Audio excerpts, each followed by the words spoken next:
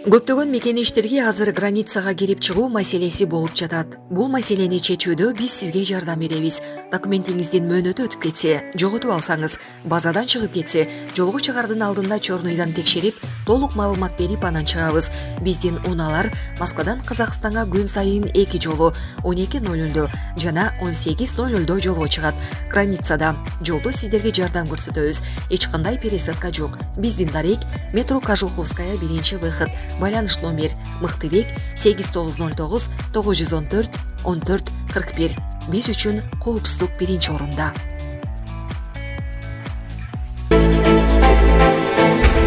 Россияда Кыргызстандын жараны 9,5 жылга соттолду. Окуянын чоо жайы.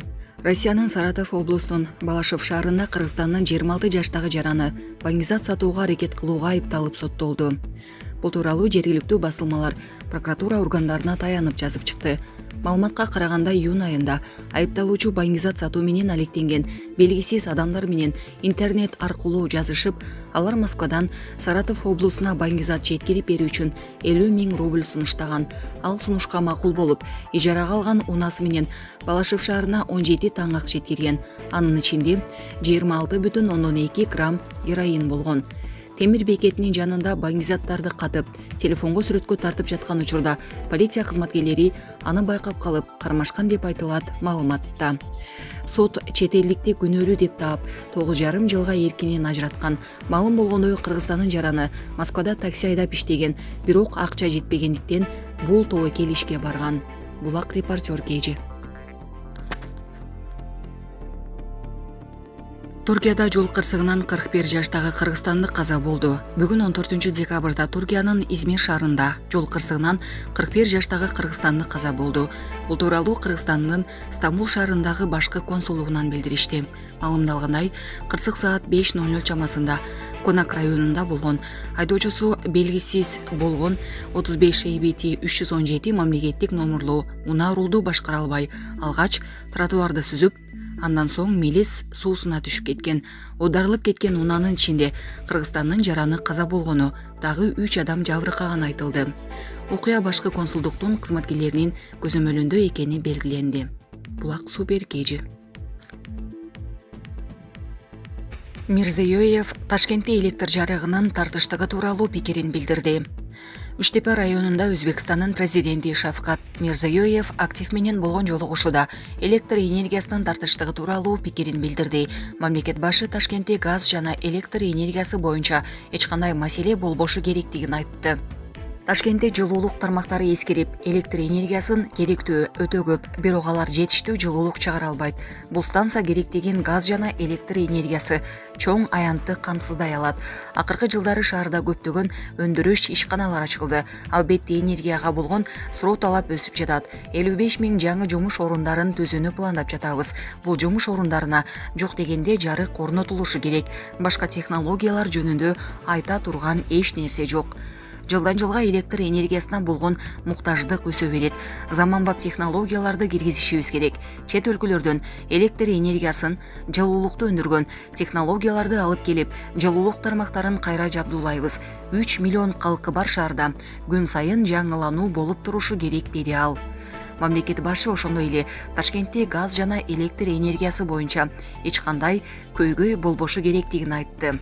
Бары жетиштүү өлчөмдө бөлүнгөн, болгону аны туура колдонууну билүү керек. Бүгүн биз барган Чиланзар жылуулук борборун карагыла. Алар жарыкты керектешет. Бул аянттын жарымына жетет. Биз жаңы технологияларды өздөштүрүүнү тездетишибиз керек. Андан сырткары 34 чоң электр батарейкасын алып келели деп жатабыз. Бул туруктуу электр менен камсыздоону камсыз кылууга жардам берет. Ар бир облуска тараталы. Албетте көйгөйлөр бар, бирок сабырдуулук менен көйгөйлөрдү чечүүнүн жолдорун таап, бул сыноолорду жеңүү керек, деди Мирзиёев. Булак Назар Ньюс Кежи.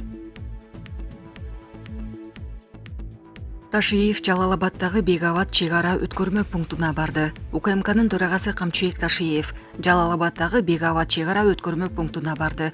Анын алкагында курулуш иштеринин жүрүшү жана поста ачууга даярдыктар менен таанышты. Маалым болгондой, Кыргызстан менен Өзбекстандын ортосундагы мамлекеттик чек ара толук аныкталып бүткөндөн кийин эки өлкөнүн ортосундагы бир нече өткөрмө постторду ишке киргизүү макулдашылган. Анын ичинде Жалал Абад облусунан 6, Оштон 3 чек ара өткөрмө посту ачылуусу күтүлүүдө. Беговат чек ара посту жөө адамдарды жана унааларды өткөрүүгө ылайыкталууда. Кирип чыккандарды каттоо үчүн жалпы 6 терезе орнотулуп, күнүнө 7-8 миң кишини тейлөө мүмкүнчүлүгү түзүлгөн. Беговат чек ара өткөрмө пункту Жалал Абад облусун Өзбекстандын Андижан облусу менен бириктирет. Ал эми Кыргызстан менен Өзбекстандын ортосунда жалпысынан 15 чек ара өткөрмө бекеттери бар. Булак Супер KG. Соцфонддун реформасынан кийин эң төмөнкү пенсия 3170 сом болот. Пенсиялык реформадан кийин орточо пенсиянын суммасы 15%га жогорулайт. Бул туурасында социалдык фонддун төрагасы Бактияр Алиев парламентте билдирди. Бүгүн депутаттар мамлекеттик пенсиялык социалдык камсыздандыруу жөнүндө мыйзамына өзгөртүүлөрдү киргизүү долбоорун биринчи окууда карады. Азыр бизде 1000-1500 сом пенсия алгандар бар деп урушуп жатасыздар. Биз ошону оптималдаштырып жатабыз. Эң төмөнкү пенсияны 3170 кылып жатабыз. Ошондо орточо пенсия алгандардын саны дагы 15%га көбөйөт. Мөөнөтүнөн мурда пенсияга чыккандарды айзата турган болсок, орточо пенсиялар дагы көтөрүлөт. Анткени орточо пенсиянын өлчөмү азаят, деди соцфонддун төрагасы. Алиевдин айтымында социалдык фондко катталгандардын саны 1,4 миллион. Бирок реалдуу түрдө маянастан 2000-3000 сом төлөгөндөр 600 миң адам бар. Калганы жер салыгынан айына 7-10 сом гана төгөт.